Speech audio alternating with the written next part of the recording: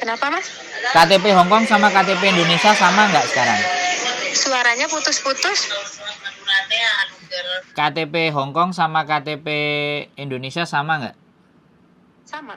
Sama ya? Nggak ada beda ya? Oke ya?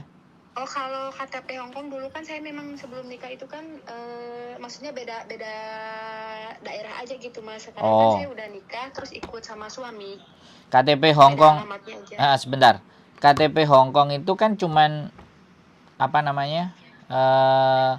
Nama sama tanggal lahir saja. Oh, sama, Mas. Nah, kalau sama-sama tanggal lahir nggak ada masalah. Sampean bisa proses lagi. Nah, kakak KTP akte lahir sama ijazah kan ada toh? Ada. Nah, kalau ada semuanya itu nggak ada masalah, data lama itu nggak penting.